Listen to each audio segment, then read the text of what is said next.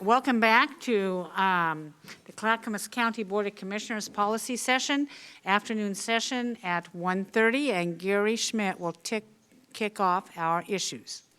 Yes, thank you, Chair Smith. So we have Commissioner Savas on Zoom, and almost all commissioners in the room. Commissioner Schrader's on her way. She's right there. So all the other commissioners are in the room. First policy session today is Clackamas County Performance Clackamas 2021 update. So commissioners, I'm coming back to you for a second time. This is originally started at your board retreat in January 2021 to review the county's Performance Clackamas goals and to seek any revisions or modifications you wanted to make. You did make revisions and modifications. I brought that back to you on March 2nd for your approval. There were 3 results you asked for some further refinements on, which are in your packet for your review and I hope approval today. I will share with you what those 3 revisions are, and then ultimately I'll seek your approval to approve all 10 of your results and 5 priorities for your Performance Clackamas plan. I am on the first attachment in your staff report, where the title says BCC Strategic Results 2021-2025, and has 4 columns, of which column 5 columns. I'm looking at revision 2 that's in yellow highlight. This is the page I'm referring to. So the priority, grow a vibrant economy. The result was, by 2024, 75% of businesses in Clackamas County will report operating in a supportive environment. Commissioners, you felt supportive environment could be better defined, so staff has come up with this revision. By 2024, 75% of businesses working with Clackamas working within Clackamas County report a business-friendly environment that supports stability and growth. Staff feels that term, business-friendly environment that supports stability and growth, is understandable and measurable by our businesses. So that is the first proposed revision. So I'll actually stop there and ask if you accept that or if you have further concerns or other wordsmithing you'd like to make. I like the term. What about commissioners? I like it. Yeah, I like it. Thumbs up on that one, Gary. Okay, very good. Thank you. The second change is under the priority grow a vibrant economy as well.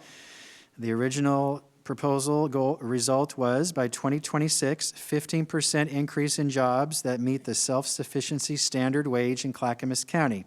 The term self-sufficiency replaced what did say family wage jobs in your original plan. Board, you had asked, is self-sufficiency the right term to use, and is it a standard term used locally and throughout the nation? And the feedback is yes, self-sufficiency standard is a national standard that measures the amount of funds needed by a family to meet basic needs without public subsidies. It's a federal definition. It is used nationally. It is used by the states here in Oregon as well. So staff recommends no change, that we keep the wording as, by 2026, 15% increase in jobs that meet the self-sufficiency standard wage in Clackamas County. Commissioners, do you accept that language, or would you like to see changes? I like it. What about commissioners? I like it. I like it. Looks good. Yep. Commissioner Savas has a question. Sorry. Commissioner Savas. Yeah, question, Gary. So on that measure, when's the beginning point? I didn't hear that. Was that Commissioner Savas? What is the beginning point? I mean, is the beginning point effective today so that they can measure from, March of 2021 and then use that as the point of time in which the 15% is measured from? Is my question. Do you follow my thinking there? Yes, I do. That's a great question, and I don't think staff has actually set those boundaries. It probably would be a calendar year. That's when most federal guidelines are made, during a calendar year. I'm not sure if we need to define it in this goal, but we could make it clear that it's based on a calendar year income.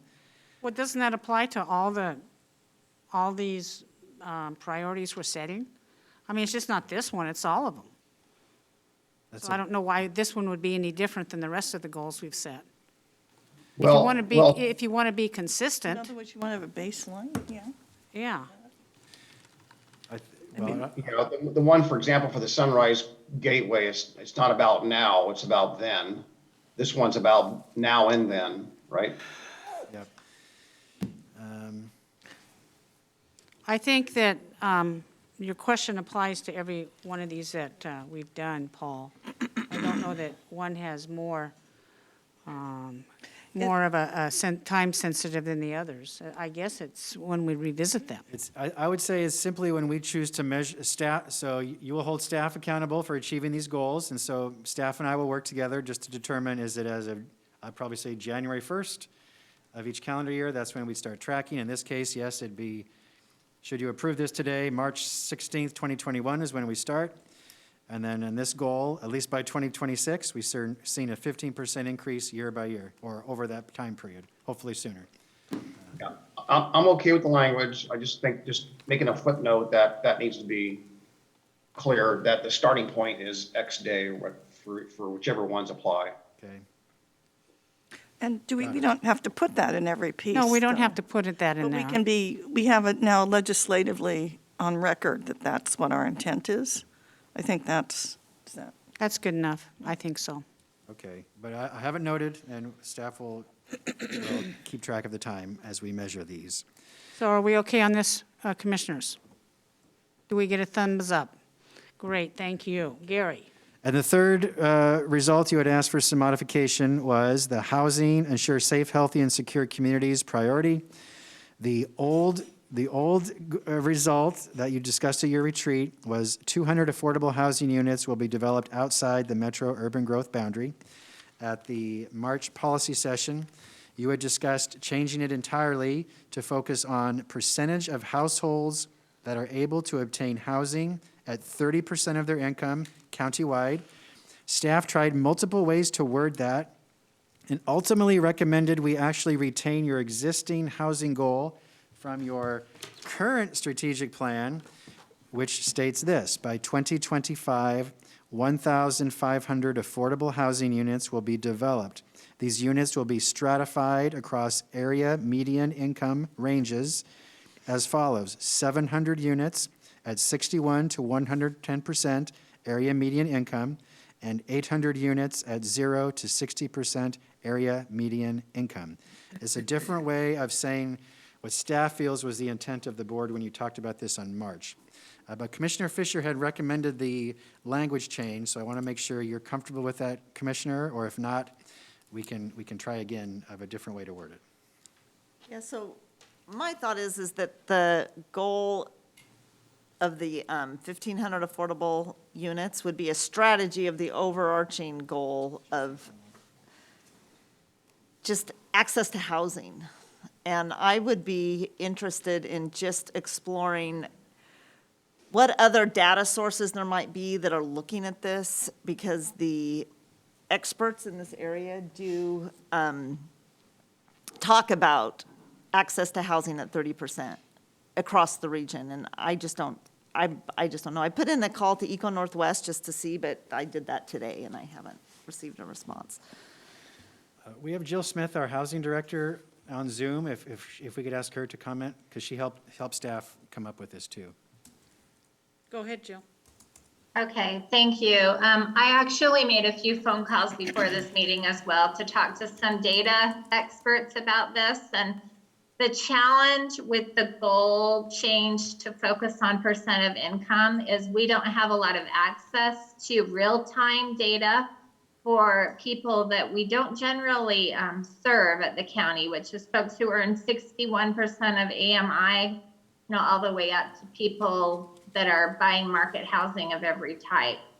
So there are options. We could survey people in that group and rely on data we get via survey, or we can rely on historical data.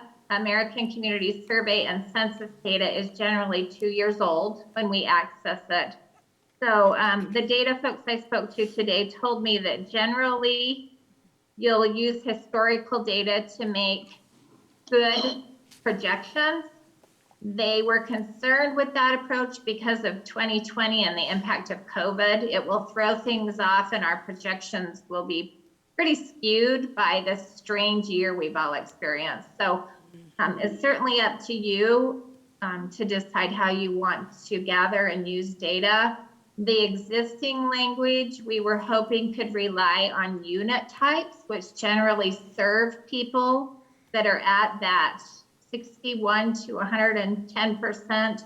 You know, things like duplexes, townhomes, ADUs. We can try to focus on the unit type rather than try to get access to information that's challenging.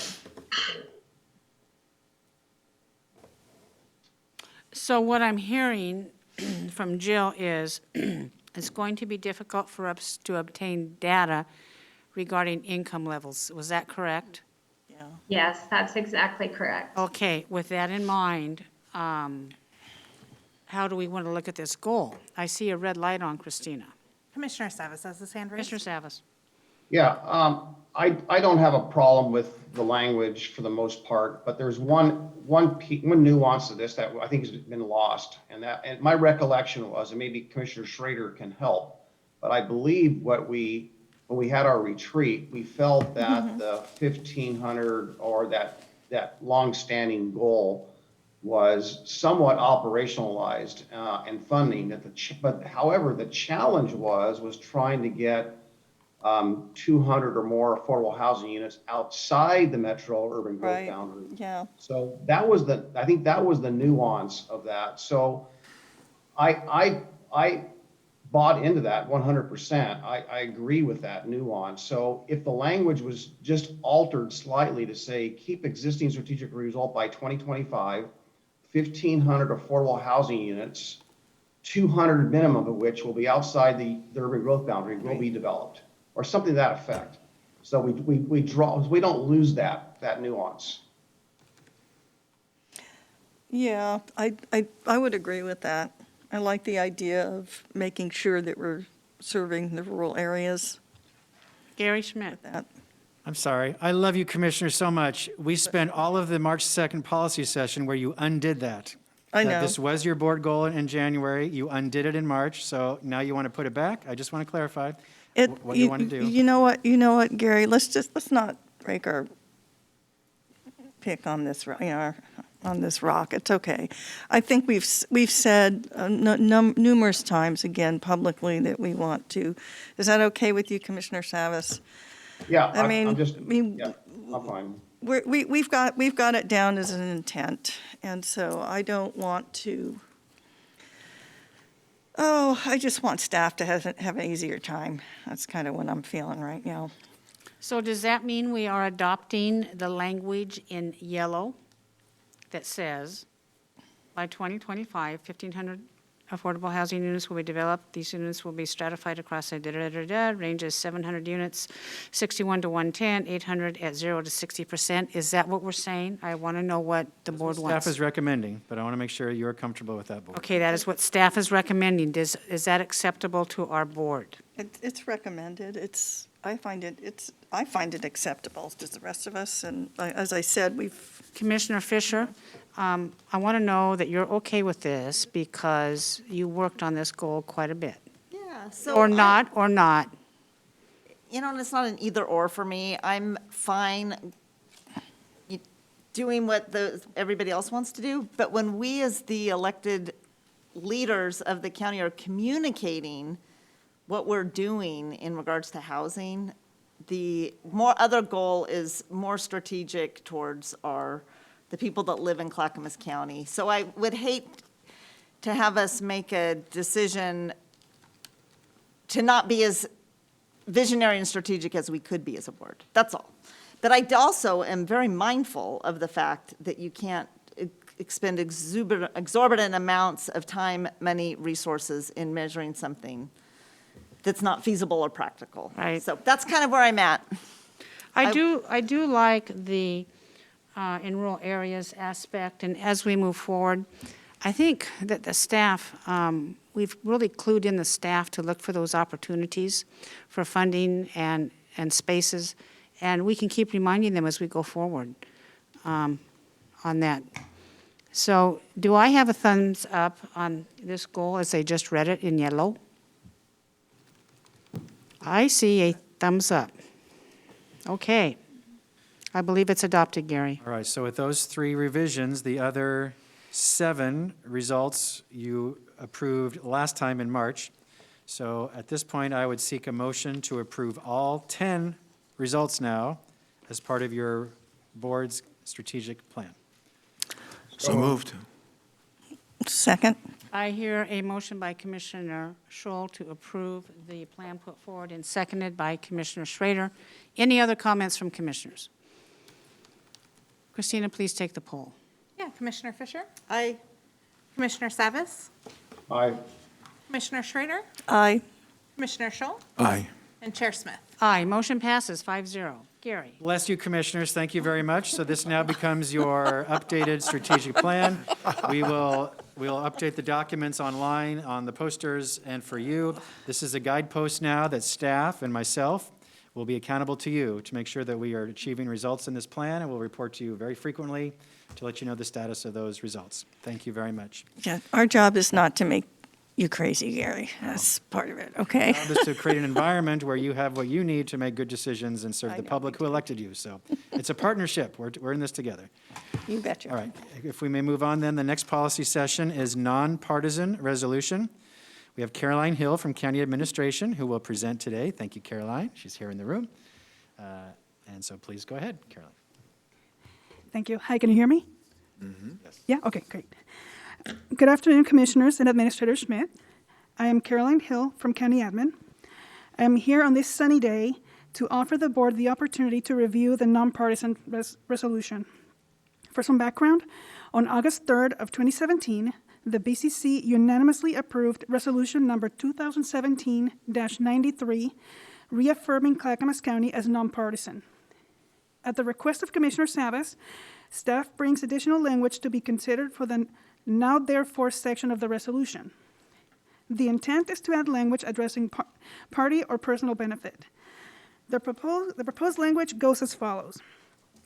As the governing body of Clackamas County, the Clackamas County Board of Commissioners will strive to act collaboratively in a nonpartisan manner and capacity in an effort to best serve county residents, and will further endeavor to refrain from engaging in electioneering and in partisan politics. If the board agrees on this language, the resolution will be brought forward at a future business meeting.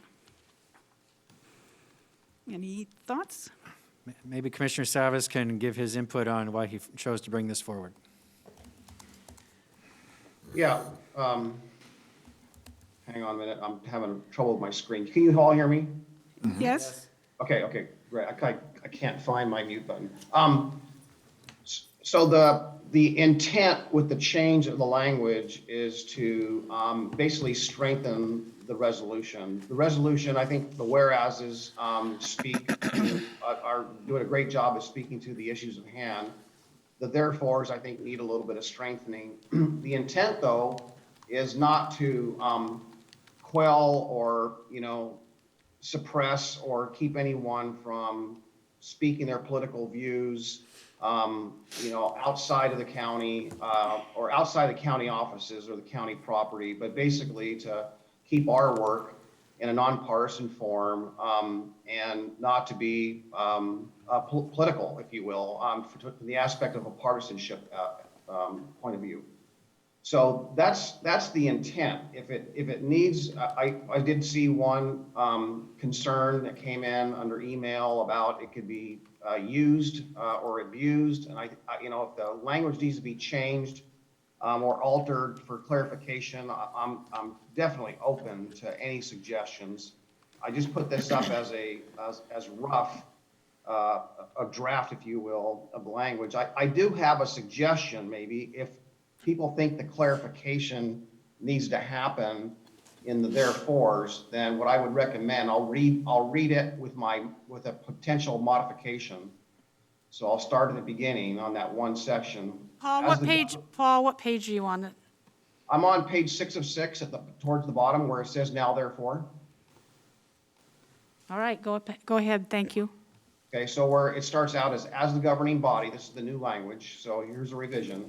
As the governing body of Clackamas County, the Clackamas County Board of Commissioners will strive to act collaboratively in a nonpartisan manner and capacity in an effort to best serve county residents, and will further endeavor to refrain from engaging in electioneering and in partisan politics during its meetings, comma, on county time, comma, and/or with county resources. So I looked up the word electioneering. And I do not think, seriously, the word electioneering would be appropriate because it means on many different websites, and I'm just going to read one here. Thank you, Commissioner Fisher. Electioneering, noun, campaigning for elective office on behalf of oneself or another candidate. In all my time on the commission and observing, I don't know. I mean, have we done this? I mean, is that a problem? I think we know better not to do that. You can't do that in the legislature. You can't do that in the United States Congress.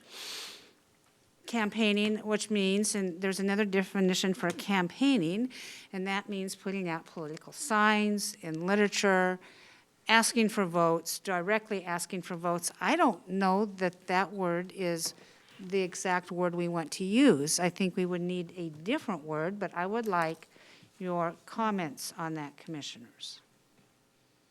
Well, Chair, if I may, so that works both ways. So being critical of someone for their politics in a negative way is also electioneering if it results in them either not getting elected or whatnot. So there's aspects of that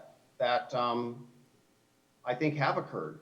Well, can you furnish me with any definition that says that, and I would be happy to look at it at this point from any of the sources that I have sought.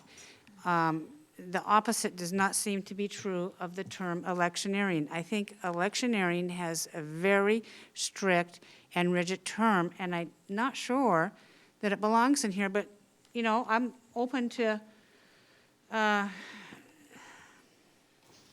discussion on this. Okay, electioneering, it says, bell ringing, canvassing, persuasion of voters in a political campaign, campaigning, candidacy, candidature, electioneering, political campaign. I don't see any of us doing that here. I do think that the resolution has previously passed stating that we're nonpartisan can be reaffirmed. I'm not sure about the language that's offered up. And so the problem that I see, Commissioner Savas, is you've offered up different language than I see written here. Is that right? Just that one therefore paragraph is what he's suggesting. Well, I would like to see that in a written form. We strive to, on the second paragraph, we strive to act collaboratively in a nonpartisan manner, yes, and capacity in the best effort to serve residents, and will further to endeavor from refraining from engaging in electioneering and partisan politics. I don't know, do we want to leave electioneering? So, Chair Smith, I've had my hand raised. Oh, yes, go. It's Go okay, for it. I don't think Christine acknowledged me, it's all right. Oh, she did? Oh. I've been looking up electioneering as well, and there are lots of different, all that you said. And there are times when this board will take positions on measures, on different things that are up before the voters and may endorse or may not endorse. So we don't want to do anything or give the perception that we are silencing our ability to act as a body in matters of public concern that end up on a ballot. That is my concern. So I think getting rid of the word electioneering is good, and we could keep, I think possibly, though, it's implied what Commissioner Savas is saying throughout. So I would be okay with either not striking it or just getting rid of the word electioneering. Now, that's okay with me. Now, so let's say that there is a measure in the voter's pamphlet. And in the past, commissioners have been able to submit statements either supporting or not supporting that, paid with their own funds. This does not mean the rat, correct, Stephen? I'm sorry, this does not mean what? Okay, this nonpartisan resolution does not affect that type of behavior whether a commissioner files a voter's pamphlet statement in support of something or not in support of something. An individual commissioner? Yes. You are correct. It does not prohibit that. I think the spirit and intent of this one, as explained to me by Commissioner Savas, was the group entity, the 5 of you acting together are not going to engage in the electioneering and partisan component of it. But you certainly individually, you're politicians, so you're electioneering on a regular basis. Yes, outside the normal business of the county. In all fairness, I think that even when you're on the job up here, you're doing your work. You're politicians by nature. And, you know, there are situations where folks have advocated from the dais, and people have made complaints about it, that it's using county facilities and resources for political purposes, but you are allowed to do it. If anybody violates it, it's the person who's filming you and distributing it on the county's media platform. But we have opinions from the Secretary of State's office on this as well. But you're special in the political campaigning. You guys can go out and advocate all you want. Right. Gary and I cannot. Got it. So what does the nonpartisan mean? So we act as nonpartisan, but we're political. Does nonpartisan mean that we do not adhere to any one political party, which there are many? Is that what that means? Chair Smith, may I make a comment? Commissioner Scholl, is your light on? Oh, there we go. I need the light, Mark. Show me the Yes. light. Although we all have our own backgrounds and perspectives on policies, issues, and politics, when we come here to do this job, we need to make sure we're not working from a point of power to the party that we have been affiliated with or are registered with to vote. If we can avoid that part of partisan politics, then we're okay. If I have a differing opinion with somebody else on the board, and it has to do with issues, and I'm not thinking about a meeting that I had with a certain political party, my decisions aren't being affected by that party, then I'm avoiding partisan politics in what I do here. Okay. That That's the way I see it. kind of works, yeah. And therefore, the term partisan politics actually covers a big spectrum of conduct. And I don't think the electioneering word is needed, even though I understand where Commissioner Savas is coming from when he put it in there. I just think that partisan politics also encompasses any kind of conduct that would be defined as electioneering. Christina, there's a red light on. Yes, Commissioner Savas has a. Savas, go ahead. Yeah, so the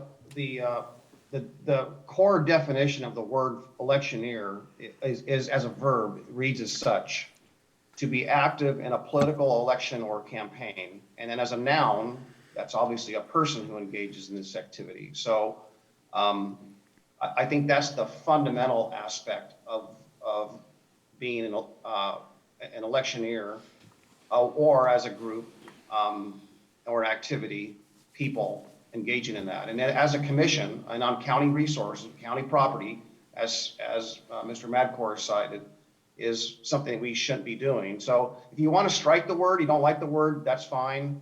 But I think having some more specificity in regard to the one commenter in the last day or so, adding that verbiage about not on county property and so forth would be some language that would give some clarity, so it's not misinterpreted. And I'll just read it again.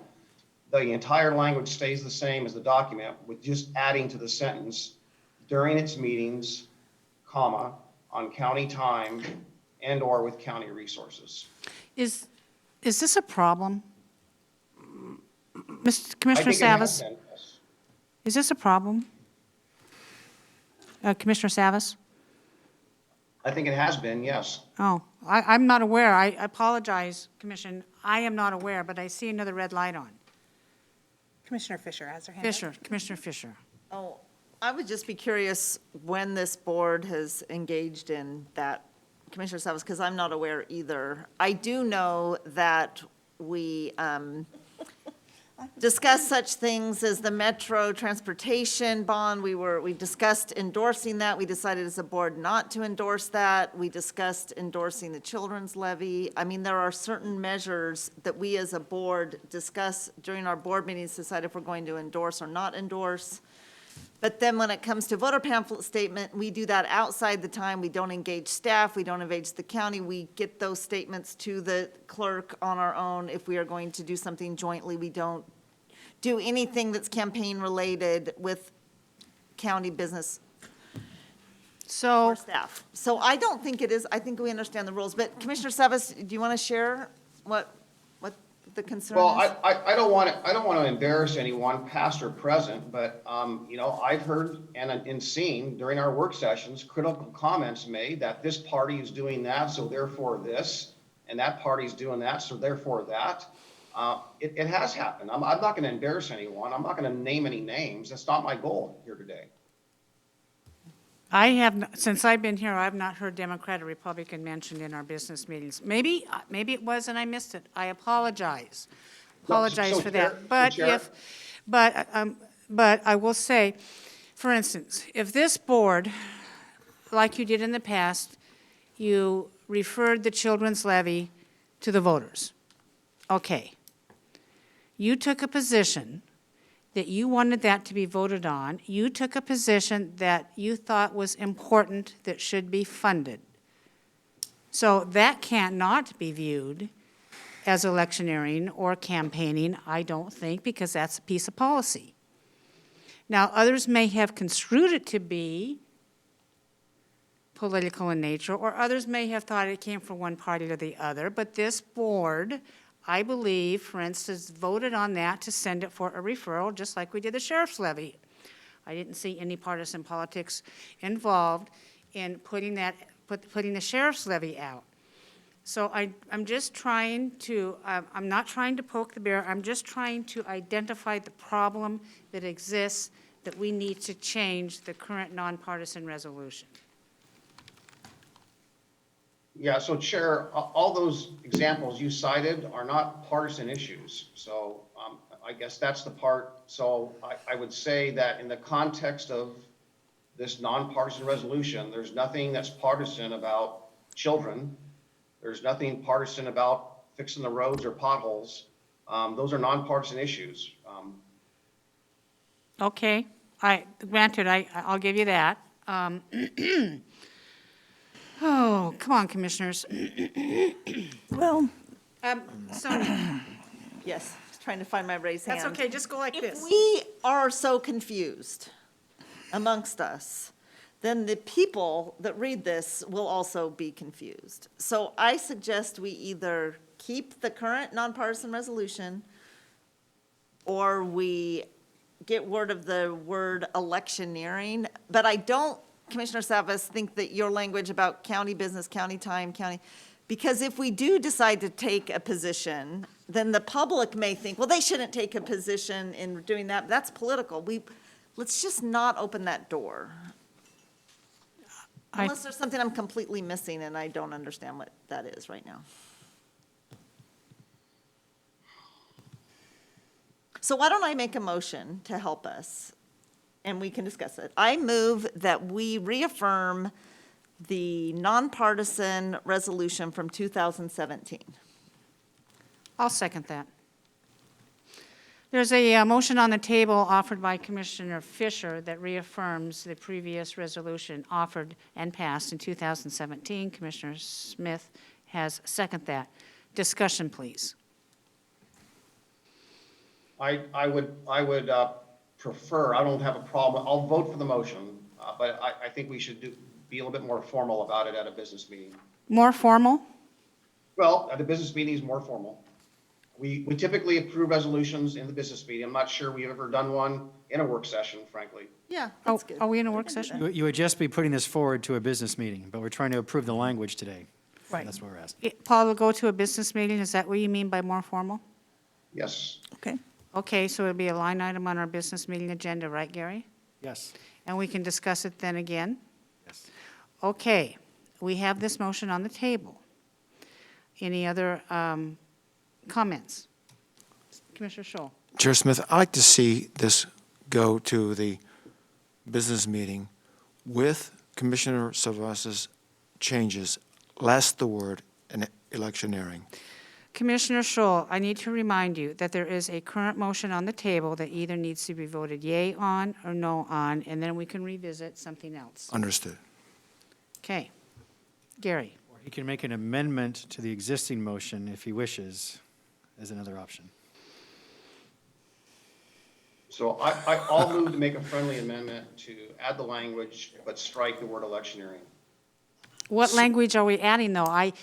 In the lack of the fact that there's, you want language, Paul, in here that's not written down is my issue, because it can be misinterpreted. It is. Well, we it's- always make motions that aren't written down, so I'm happy to read the language, so. I'm sorry, it's I- actually in this. Just it's a in the minute, sta- Paul, sorry, it's- Gary. It's in the staff report. It's the last page of your entire document. Yep. It is there. Well, no, I have that. I have that here, but in paragraph 1, didn't Commissioner Savas, Oh, I apologize. Yes, he made a letter. he added verbal language that he wanted in there. You're right, I'm sorry. Yeah, so I will maybe just out of courtesy, maybe ask Commissioner Scholl if he wanted to leave the language as is, that's in the packet with the word electioneering stricken, or the additional language I offered today. Commissioner Savas, I'd be happy with just the original language you have here on page 6, less the word electioneering. Okay, And leave so the word that- electioneering? Less the word Less the electioneering. word electioneering. But, Okay. okay, as my understanding is, if we do that, there is no room for the additional verbal language that Commissioner Savas has offered. That is what I hear from Commissioner Scholl. Yeah, so I'm willing, so I'll retract my motion and restate it, so No. Listen, we have, okay, we're getting really confusing. We have an original motion offered up by Commissioner Fisher and seconded by myself. And I'm not sure who was in the queue. We either had Commissioner Scholl in there with an amendment, or we had Commissioner Savas in here with an amendment. Does anybody in the room remember? Commissioner Schell was first. Commissioner Scholl is first, Paul, sorry. Commissioner Scholl, Yes. you want to have an amendment to the motion, and what is that? Chair Smith, my amendment to the motion was to adopt the language set forth on page 6, less the word electioneering. Okay, and the reason why I'm such a stickler on this, Commissioner, is because I do believe I'm following Robert's Rules of Order here. Correct, Gary? Yes, you are. Yes, you are. Okay, I'm trying to do my best without any accusations to the contrary on this, okay? You're perfect. You're doing Thank very you. good. Jerry, you're doing great. I second the motion. Okay, now, do we need discussion on the motion that has been amended? Yes. Discussion. I want somebody to repeat the motion, and I'm going to try to do that. The motion is to readopt the original nonpartisan motion that was passed in the year 2017 with the addition of the now therefores on page 6, deleting the word electioneering. Is that correct? Yes, it is. Okay, Christina, can we vote, please? Yes. Commissioner Fisher? Aye. Commissioner Savas? Aye. Commissioner Schrader? Absolutely. Commissioner Scholl? Aye. The chair votes yes, passes 5-0. Wee-haw! So just a technicality, so you just approved the amendment, so now you need to vote on the original motion that includes the just approved amendment. I'm just trying to help you here. This is following Robert's rules by the letter. Okay, do we All you need voted another on was motion the for that, Gary? Nope, the existing motion still exists. So now you're voting on the original motion that includes the amendment you just approved. Christina, call the poll, hurry. Excellent. Commissioner Fisher. Commissioner Fisher? Aye. Commissioner Savas? Aye. Commissioner Schrader? Aye. Commissioner Scholl? Aye. And Chair Smith? Aye, motion passes, the amendments and everything. We're good to go. Bravo. So Thank we'll you. bring it to an upcoming business meeting for you to formalize your vote and do it there.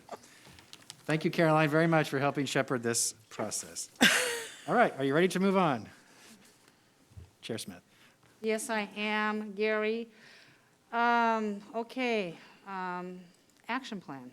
Yes, so we have next the 2021 Action Plan and 2020-2021 funding recommendations. This is for Health, Housing, and Human Services, Community Development. We have Mark Soroy and Rod Cook from Health, Housing, and Human Services in the room. Please pick a table, gentlemen, whichever you want. You don't have to be at the same table. You can split it if you want, or be together. That's fine, okay? It's okay, we're not. Whoever wants to start, go ahead, please. Good afternoon, Chair, Commissioners, Administrator. I have with me Mark Soroy, who is our resident expert on this issue. So he'll be speaking to you, and I'm here for support if there's any additional questions. So with that, I'll give it to Mark. All right, Commissioner Chair Smith and Commissioners, thank you for having me. As you know, every year in April, we have a public hearing regarding our Community Action Plan, which basically is an application to HUD for funding. This year's application will be for $2,253,000 in CDBG funds, Community Development Block Grant funds, $1,006,963 of home funding, and $192,629 of Emergency Solutions Grant funding. The reason we have a public hearing is because HUD requires us to have a public hearing to post our action plan. You don't have the draft action plan before you now, but it'll be posted on March 24th, and I'll have that draft action plan before you when we meet on April 8th. And we post it for a 30-day comment period. And once we have our public hearing and accept any public testimony at our May 8th or April 8th meeting, I'll come back to you with the final plan at the May 6th meeting, your business meeting. And in your packet today, you have a list of funding recommendations. And you'll notice that there's 2 years' worth of funding recommendations. The 2021 Action Plan only includes the last column of projects that are in the far right. Now, the reason there's 2 years' worth of funding is because back in 2019, December 2019, seems like a long time ago, but that's when we had an RFP and we accepted applications for projects. And those applications were reviewed by staff in January and February of 2019, and then brought before our Policy Advisory Board, and then we brought them before this board in April of last year to go over these projects. So at this point, I'm just here to let you know about that meeting coming up in April, and to see if you have any questions about the projects that are on this list. In general, the reason we get this amount of money from HUD is because we have agreements with the cities to use their population data, and HUD has a formula that includes our population, number of people in poverty, and number of people that are over or doubled up in housing. So HUD has a formula for our county. Clackamas County is considered an urban county. So that's why we get these allocations on an annual basis. And because we have those agreements with the cities to use their population data, they are members of our Policy Advisory Board. So they're the group that kind of has a say before it comes to you that, yeah, they're okay with this. And when cities apply for funding, they're generally in the front of the line to get some of this funding. And a lot of this funding you'll see is in kind of outside the urban growth area because those are the cities that apply for these types of funds. And you'll see that this year, kind of a theme we have, or sometimes there's a theme, but a lot of it's about ADA sidewalk access. And the cities that we work with love these types of projects because they're small, they're manageable, And one of the services we provide is we help them put it out to bid. We work with the city's engineers to put together the projects. We put them out to bid. And of the projects on this list, they'll be familiar because each of these projects will come before you in the form of an intergovernmental agreement that will spell out the project more in detail and will say what grant amount that the county is going to provide to the city for a particular project. And then when we go out to bid, we work with the city to put the project out to bid. Then we'll have a construction project. We'll select the low bidder, and that construction contract will again come before you to review and approve. So I don't see any questions. Thank you. I'm going to interject. Thank you, Mark, for your presentation. I don't have a problem with the HUD rules. I don't have a problem with the hearing. I don't have a problem with the list of projects, whatever. What I want to know, Gary, are we following procedure? We're asked to approve a draft action plan for the future that we have not seen that will be assigned to a hearing on April 8th. That is my concern. Is that normal procedure? Yeah, so you're not approving anything today, you're just giving feedback on the draft plans that you Well, will. actually, according to the staff report, there's a recommendation that staff recommends BCC hold the public hearing on the draft action plan and funding recommendations on April 8th. That is a very specific recommendation. So you're not approving anything today other than giving feedback to staff for the April 8th hearing, which is when you will make the final decision then. Well, then I have a language problem. Okay. Because it says recommendation in big bold letters. If I could clarify, so the draft action plan will be posted March 25th. I know, but that's not what your staff report says, sir. Because when I look at this, I'm trying to follow exacting procedure, and the recommendation says on page 3 for action for the board to take. So that's my question here today. We can give you a heads up, we can say yes, blah, blah, blah. But when I see a recommendation in this, as I have often seen in every other staff report that comes by, it says option 1, staff recommends. Okay, whatever. I just haven't seen the draft action plan. And I have You not understand what I'm saying, Rod? Okay, thank you. So the staff report you're looking at is a draft staff report that will be part of the April 8th meeting. And what I provided was the policy report that I'm referencing for this session. And in that recommendation, the only recommendation that we're making is to hold the April 8th meeting to review that draft plan. So what would you like the board to do today?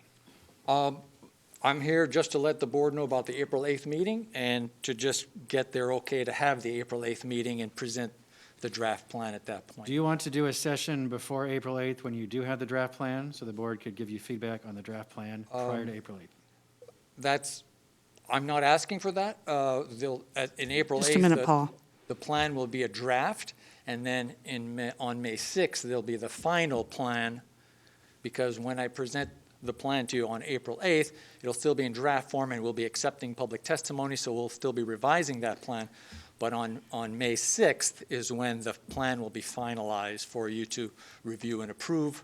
And then at that point, after you've reviewed and approved it. Thank you. Commissioner Savas has a comment. Yeah, these are, we've done these routinely year after year. And my question for Mark is, typically, as my recollection is, these were like a 3-year grant, so to speak, with a 3-year plan. And if I'm understanding correctly, we're in year 3 of the 2019 to 2021 original plan. Is that roughly correct? If I could clarify that for you, Commissioner, this plan represents the 5th year of our 5-year consolidated plan. We start the whole process again in the fall of this year, where we'll be putting out RFPs, requests for proposals, for 3 years' worth of projects. And at this time next year, I'll be presenting 3 years' worth of projects to consider. But that 3-year plan was the first half of the 5-year plan. So this current plan is the last year of our 5-year plan. Okay. And my point of trying to draw that out, colleagues, is that in transportation planning or grants, it's somewhat similar in that these things kind of roll over and there's adjustments made and so forth. But this is really a great program. It's a win-win. These are federal dollars that if we don't apply for them, they'll just be absorbed by others. The dollars are usually distributed, or the projects are distributed all throughout the county. So even though we are considered an urban county, we've done projects in Molalla and Estacada and throughout the county. So it's very judicious in the aspect of it's fair. And at the very bottom, the last few pages identifies what some of those projects are. Yeah. So the hearing, we've always done that. It's just it's a procedural thing. So I'm fine with moving forward, but I want to make sure my colleagues are comfortable understanding what this is. Commissioner Savas, that I do not object to anything you said or what staff has said. I take language seriously. Recommendation, I didn't know if I was supposed to make a motion for that or not. The recommendation says, we have options. We have two options, and then we have a recommendation. I just want to make sure that we're doing what we're supposed to be doing. It's not an issue with these projects. Of course we're going to approve this. I just want to know what the procedure is, because I'm having difficulty understanding what I'm asked to do in this staff report, Gary. Correct? That's what you're saying, yes. Okay, so do we just give them a thumbs up and they come back with a hearing on April 8th, and by then the draft plan will be posted? And will be part of your packet. Okay. That was not clear to me.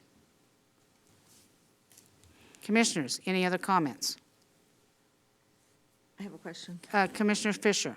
So, and we've talked a little bit about this before, Mark, but I'm just curious, in preparation for that hearing, I would be interested to know how the state and federal dollars that intersect with some of this, with especially rent assistance, and how that will be systemized, I guess, and put out to folks, how we're integrating those different funding streams and to serve our residents. And you don't have to address it now, but I think it's important for the public to understand, because in this plan, the dollars are very small compared to the federal dollars that we have received, state and federal dollars we have received and that we expect to receive. So important part of the system. Just some feedback for April 8th. I can respond briefly to you in that on here, there's ESG dollars that are allocated towards what's called HMIS, Homeless Management Information System. So we staff that system, and that's a system that holds all that data of the people who will receive those funding, and that system reports all that data to whoever needs that data on who's getting this assistance, what they look like, how much money they make. All of that is in that system. So the ESG funding supports that system. Thank you. Gary. So your option today, the request today, commissioners, is do you support staff having a public hearing on April 8th? Yes or no? At that point, you will see the plan, give feedback on the plan, come back for a second hearing after that to give your final approval. So today is only, can staff have a hearing on April 8th? Yes or no? Yep. I'm Good to fine. go. I think we have 5 thumbs up. Oh, I don't see Martha's thumb. I'm up. And I'll just, if I can say, Madam Chair, we'll work on the language to make it, just very clear in terms of what we're asking for. So I get what you were reading in there, so we'll work on that. Thank you, Rod. I appreciate that a lot. Okay, thank you, Rod and Mark. That's the end of your policy sessions, but we're going now back to the issues list, and that is to discuss tolling in relation to Interstate I-205 and a bill before the legislature. So first, does our staff know that we're ahead of schedule? Christina, are they here online? Do you see them?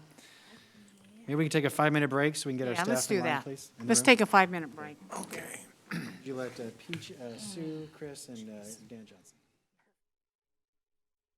Come back up. All right, Chair Smith, we're back on March 16th. We're returning to issues, and this is an item we added this morning. It is to discuss tolling Interstate I-205 in relation to a bill before the state legislature as we speak. So who wants to kick it off, high level where we're at, and then we'll have a discussion. I Sue, will. go ahead, Chair Sue. Smith, members of the commission.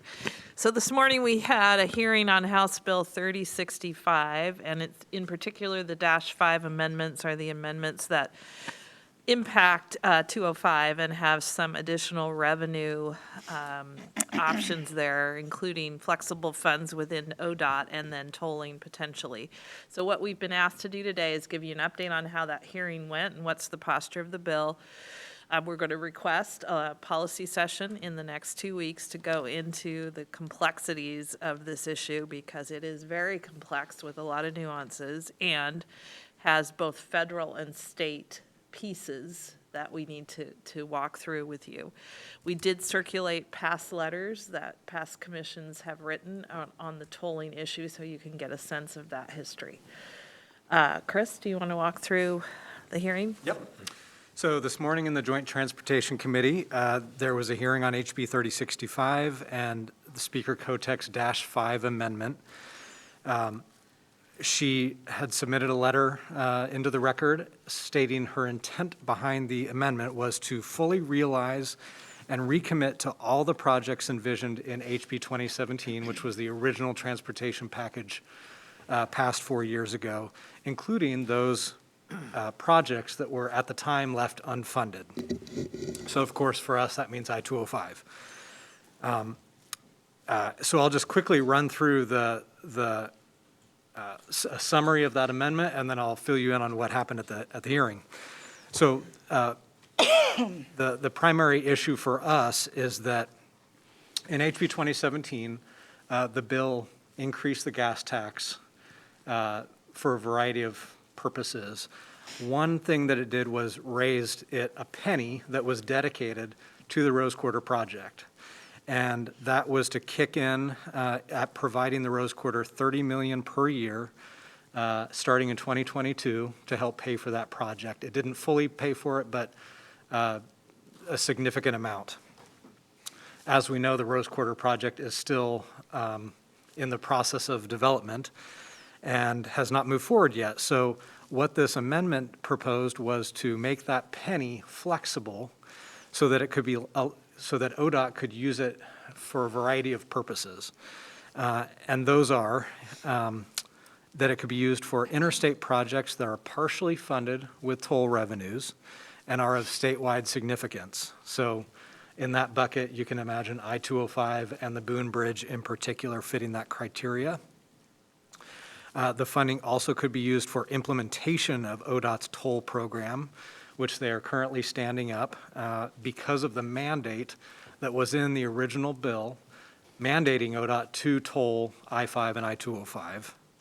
And then the third thing was to help fund improvements to 82nd Avenue in Portland so that ODOT can transfer that corridor over to the city of Portland.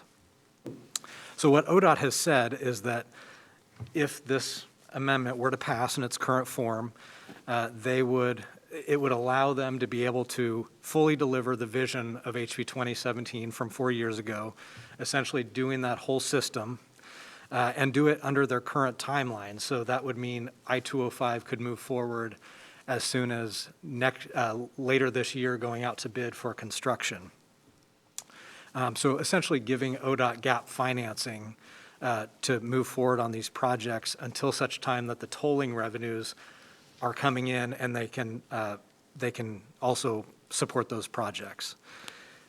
Otherwise, and I'll point out for 205, without this amendment, the only source of revenue currently for 205 is tolling.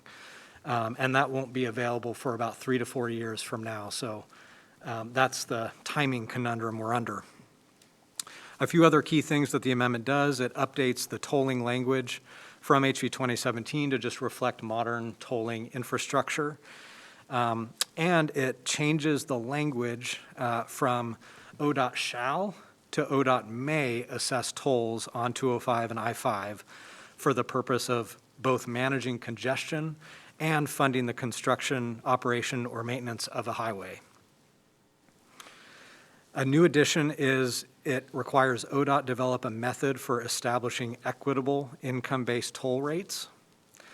And it also establishes a project labor agreement analysis for major projects that ODOT is to complete going forward. So those are the high-level summary, high-level updates on the amendment.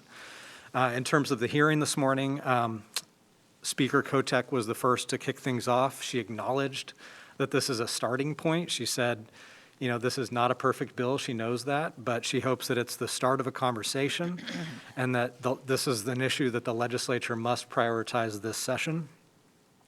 There was quite a bit of Clackamas County support. Both Rep. Meek and Rep. Prusak testified in support, as did the Clackamas County Business Alliance and West Linn Mayor Walters. I'll just point out that Portland Business Alliance also submitted a letter into the record of support, as did the city of Hillsborough, and Washington County also supported. Portland Commissioner Hardesty opposed, feeling that the bill shifted the conversation from congestion pricing to tolling, which are two distinct ways of pricing the highways for different purposes. Lynn Peterson spoke for Metro, supporting the high-level goals of the amendment, but also raising concerns around just ensuring that there is an ongoing commitment to the Rose Quarter and concern around the availability of funding to be able to help pay for demand management and also diversion when and if tolling is implemented on, that there is improvements on local roads to handle the diversion. The Oregon Trucking Association spoke and took issue with the regional penny, the penny being made flexible, but specifically that the use was being broadened too much to allow too many permissible uses. There were a few environmental groups that testified, again, similar to Commissioner Hardesty, with concerns about this perceived preference for tolling. And that's about it. So I would just say, you know, generally speaking, it was a pretty good hearing, but in terms of the flexible penny, there wasn't a whole lot of opposition to that proposal. So this is the Joint Committee on Transportation. Their deadline is not until May 14th for their bills to come out of committee. So we have a couple months that this conversation can continue happening. Chris, was there any opposition to tolling at this hearing? I believe there was some testimony submitted for the record against tolling, but I don't remember anything outright against tolling. I think most of those that spoke understand or feel that tolling is coming and that is a revenue source that's needed to help pay for these projects. So I have a question about the law in general on tolling federal interstates. We have the Oregon legislature acting independently. We have Oregon Department of Transportation acting independently, taking the position that they can toll. Now, when it comes to the interstates, does not the Congress need to approve the toll, and the tolls need be for increased capacity? Are those two issues true or not? So Congress doesn't have a role here. The state legislature mandated ODOT apply to the federal government, so the U.S. Department of Transportation, to be able to toll. And they are in the process of doing that, going through the environmental process right now, but they are under the state mandate to get the federal approval. So US ODOT, what are their rules? Do they look at applications differently, or do they apply the same set of standards to every state who wants to toll their roads, is what I'm trying to figure out here. Because we do have to have permission from a higher authority than just the state of Oregon and our legislature. Is that not correct? Yeah, I can't speak to the weeds, but I know that there's a whole variety of Because work that's that what, they have to go through for that's approval. what I've been told. Dan, do you know? Tolling is so far out of my area of expertise. Okay, that's to be fine. frank. I do believe that we can get a more detailed answer on it, but there is a vetting No, process. that's okay, Dan, that's okay. Because in my conversations with folks who seem to be very learned on this topic, tolling needs to be approved by the federal agency, and maybe I had Congress wrong, maybe it's the US ODOT. Okay, yeah, the agency. And tolling is for new capacity. For instance, the Columbia River Crossing Bridge, they were going to toll that's new capacity. Expansion of I-205 from 2 lanes to 3 lanes would be new capacity. Whether we could use it to retrofit Abernathy Bridge would be questionable, since that is an upgrade for seismic and not new capacity, but maybe it would be for new capacity, I don't know. So I think these are some really important questions that we need answers to, I think, before this board moves forward on this, because we need to know what we're doing, in my opinion. And I have a red light on. Commissioner Savas? Commissioner Savas. Yeah, I just want to just add, so Chair, you're correct, there is federal permission required for tolling, but there's also 2 sections of the federal regulations that allow tolling. One is for paying for construction of new capacity, the conventional tolling that's been around for decades and decades. So that there is that section. And initially, ODOT, I think, is still proposing, I believe, things are changing quickly, to use that portion of the federal tolling allowance and request for that piece. The other section of the federal tolling is for what's called variable pricing or congestion pricing. That's a different section, different requirements, and that also needs permission as well. So I just want to just kind of make that one clarification. The amendment, this -5, we're coming back to Oregon here, and the legislative amendment, everything's predicated on this tolling, a form of tolling. And we've heard some of our lawmakers, whether they're state lawmakers or federal lawmakers, say they're in support of or not support of tolling. And some people use the word, and the state has gone out of its way to say tolling also includes congestion pricing or variable pricing, and where some people don't believe that. They try to run the fine line of saying, I don't support tolling, but I support congestion pricing. Either way, to our constituents who are impacted by this, it's near the same for them. I mean, and perhaps even more so, because at least with fixed tolling, it's a fixed price. With variable pricing or congestion pricing, that price could be under peak traffic congestion very, very high. So and no one ever knows what it's really going to cost to make a trip. So my proposal is that what we do is remain high level on this and just share our concerns and our opposition thereof based on the concerns that we have and how uniquely our citizens of Clackamas County will be impacted more so than the other 2 counties. The other aspect of this, digress slightly, is that, as my understanding, is that this will be the first tolling project in the nation that will toll all the lanes. Okay, that's not really done anywhere. So this is the first one of its kind. And to compound that even more so is that when you start tolling all the lanes, that will definitely create the need for people to avoid the freeways, make a lot of diversion, get off the highways. And so there's a concern. So you created a problem, they've created a problem. They've created a problem by tolling all the lanes. So therefore, possibly Metro will ride in on their white horse and say, geez, we have the answer. We'll do congestion pricing of local roads, which even aggravates it, at least for the financial impacts. And by the way, congestion pricing, our goal with congestion pricing is to get a change of behavior so people will take alternatives. Well, again, getting back to uniquely impacted or uniquely affected by this, the point is that there is no alternatives for a majority of Clackamas County. We have transit deserts where there is no alternative. So therefore, I think if we were to write a letter or to take a position about the impacts, call out some of these unique aspects, not endorsing the measure or the proposal or any of them, but have it on record, on file, that Clackamas County residents will be uniquely impacted because of all these things I have just mentioned. So there's basically 3 levels to it, and leave it there and not get into the weeds as to trying to support something or not support this and cherry pick it, because everything is predicated, again, on tolling of some sort.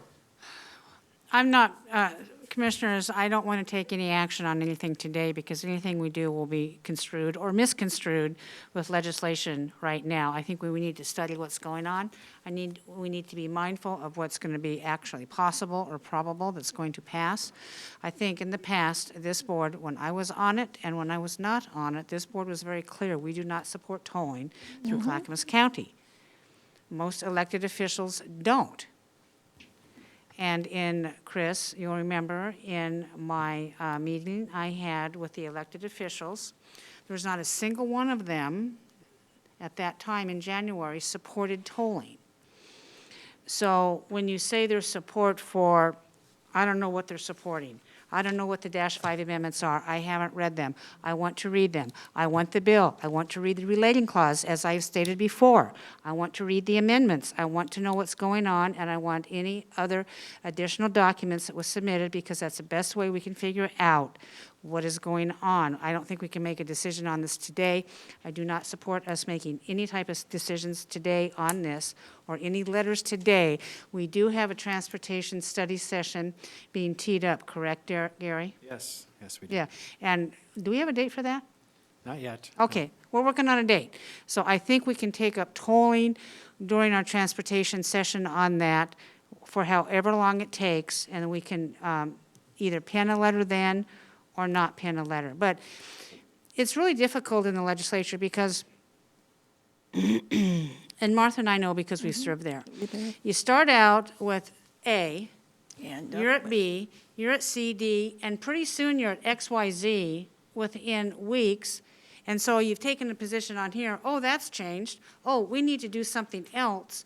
And so, and there's always internal, behind-the-scenes conversations going on. So what appears, it's like a shell game. What appears to be going on in public hearing, we take a position on what's in public hearing, and lo and behold, that's not really what they mean at all. They mean something else. I do agree in that we should take a high-level approach to this, reiterate that we do not support tolling, blah, blah, blah. We need to reiterate that the United States Congress and U.S. ODOT needs to give us our due share out here in Oregon. Some of the proposals that Paul and I have been lobbying our congressional delegation on, and maybe a few other high-level factors. But that's what I think the whole board needs to really consider. Yeah, and I would add, Chair, I think you're spot on. We keep having these different proposals. This has evolved over the past 4 years. There's all these proposals that keep coming at us. So one thing staff have been working on that we think could be really helpful on this is a values document around how we'd like to see these kind of projects funded and how tolling is implemented or whatnot. So that's something we're prepared to bring to you in the next, when this policy session happens, to provide that high-level framework for how we take positions. I think a values document would be a good way to go about it, Commissioners. Okay. There's a red light on. I have in the queue Commissioner Savas and then Commissioner Fisher. Commissioner Fisher. Yeah, thank you. So when we do that policy session, the piece that I would really like some help on in my thinking, so I can understand this perspective, is, so first of all, it just seems like a no-brainer to me that you can't single out 205 Clackamas County to fund the Abernathy Bridge. It's just so unfair that I can't believe that the legislature would actually support that. So I'm interested in understanding this perspective that just keeps pushing this tolling idea and the idea of congestion pricing in relationship to these economically hardship-based tolling. I just want to understand where everybody else is coming from. And it might be just that we're here in Clackamas County and we drive this area all the time. We know the side streets, we know the community. But it really makes me, sort of the hair on the back of my neck go up to see how it continues to gain more traction. And we have stated it very clearly, and we just need to, maybe broaden our strategy, but understanding the other perspective is probably the first step in that. Red light, Commissioner Savas. Commissioner Savas. Yeah, so I appreciate hearing all the comments, and so Thursday morning, I need your help on this, I need guidance. Thursday morning, I'm under the impression that there will be a proposal, nothing's available in the packet, that there'll be a proposal to support some projects or earmarks for transportation that, and 205, I believe, is one of those. And in there, I believe, is supposedly it's going to be a proposal to fund it, but it's basically gets to be, as I understand it, perhaps predicated on tolling. So if we support it and say, geez, we want to fund 205 and we want this, whatever the amount of money it's going to be, I don't know how much money it's going to be, but if we support it and it's predicated on tolling, we're indirectly supporting tolling. To Chris's suggestion, I don't mind. I think it's a great idea to have the value statement, but if it's predicated in any way on tolling, then we're indirectly supporting tolling. And there's no one talking about the solutions and how they're going to make Clackamas County residents whole or not impact them in an unfair way. And that part of the conversation isn't happening anywhere. And that's what I'm adamant about that. So what do you want me to do? Because the optics of voting against a package that funds 205 could be problematic. I can qualify the vote. I can qualify my position or our position. It's not my, it's our position. I'm just asking you what you want me to do Thursday morning. If this does come up, should I say we don't want to support whatever that amount is for 205 because it's predicated on tolling? If it's simple as that, just tell me, but I need your guidance because I'm concerned it'd be politically misconstrued. Dan Johnson, do you have a comment? I'm not sure if it speaks directly to the commissioner's concerns, but I do want to take 2 seconds and I want to highlight the fact that a lot of the concerns that Paul had raised and prior board had raised are well articulated in these 2 letters that were circulated to you earlier today. So I would urge the board to go back and really take an in-depth look at this. And in short, it raises questions. It raises questions about, we need answers as to some of these things until we get a better handle on what you as a board would like to go forward and discuss. Correct. So it's something for consideration. Paul, I don't know what you're voting on. Is it a JPAC or an MPAC? I have no idea what you're talking about. Yeah, well, I'm not sure all I'm told is that they essentially that they want to lobby, or they want JPAC's endorsement to lobby, and I don't know exactly what's going to be in this package of earmarks request. So, What is the governing body that you're talking about? well, JPAC is the Joint Policy Advisory on. Okay, you're saying that's Thursday morning. That's Thursday morning. Okay, Yeah. I was unclear on what you were talking about. It I has a think federal- what Dan Johnson said is we need more information before we can make a decision. Chris? Yeah, I can speak to that. So this is a regional conversation around priority transportation projects, regional priorities that will be put forward to the congressional delegation for earmarks. And so 205 has been put forward by ODOT as their priority project, and I think they're still assessing how much funding to request, but I think the last I heard it was $250 million. What's unclear is how the rest of the project will be paid for. It's this continuing question, and right now ODOT will say their only other source is this future tolling revenue. Well, we And- know that's not true. I mean, haven't we been working with our federal delegation on funding this? That's a possibility through US DOT? Yeah, yes, federal funding is a possible opportunity. I think in ODOT's mind, tolling is the only realistic opportunity that they feel that they can actually, for sure, stand up themselves. We know, Chris, as you know, in our conversations with our national delegation and the Undersecretary of DOT, of Transportation, certainly gave us an opportunity, at least, to be at the table, or I think maybe we have not had that opportunity before in priorities, and their priorities in that it's shovel-ready, we're ready to go forward. Depending if the Congress and the President can get their $1 trillion transportation package done, the hope is, I know this is a hope, in the first 6 months of the new administration to get this done, and they want to front-load everything in the first 6 months. So is ODOT not hearing those conversations too, and they're pushing the tolling just because they can? I think it's just that it's evolving so quickly. The federal earmark conversation has really just materialized in the past month. This flexible penny just materialized today. So it's just, there's all of a sudden at least a couple very viable alternatives that could serve as that other source of revenue that they could rely on. Chris, when you talk about earmarks, is that the same ask that we're asking for when we go to US ODOT, Senator Wyden, Representative Fazio? Are we asking the same thing as the earmarks? Not quite. Those requests that we would send our delegation are small, roughly $2 million earmark requests for each congressional office. I think the idea behind 205 would be it's such a large request, it would be part of like a congressional infrastructure package. Yes, that's what I thought. So that's why I'm confused about these earmarks. If these earmarks are only $1 million or $2, I would not get all worried about the earmarks now.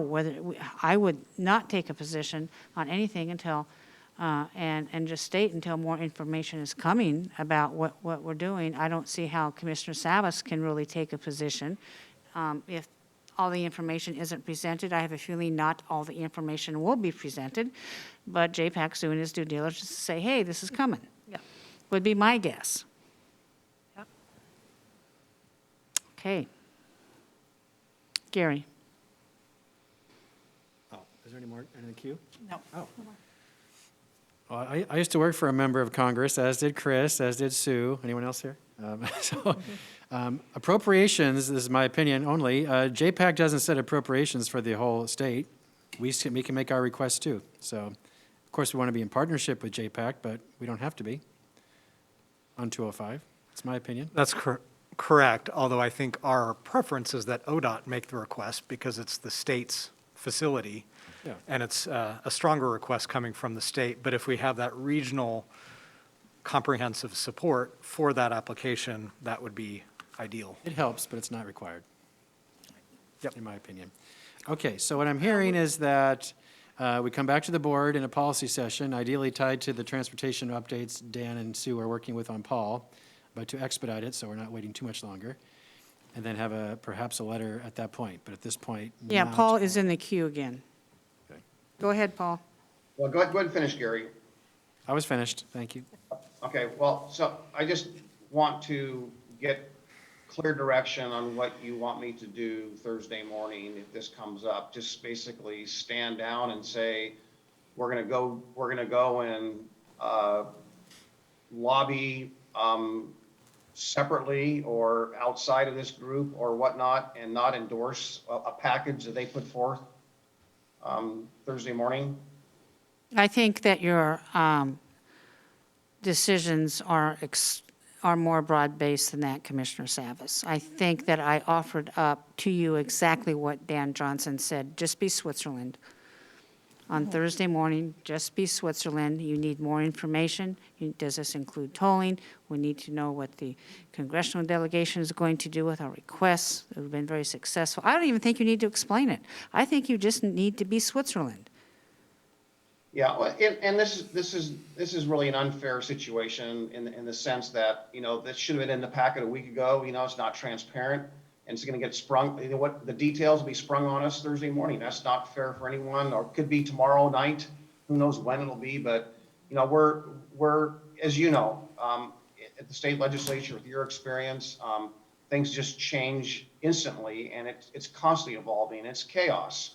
To some degree, and that's what we're in. We're in in a state situation and at a federal level, you know, they're trying to get infrastructure package put together, and so we're seeing that chaos. That's all it is. There's no one here to blame, so, you know, I don't take anything personal, and I don't think anything's meant to be personal.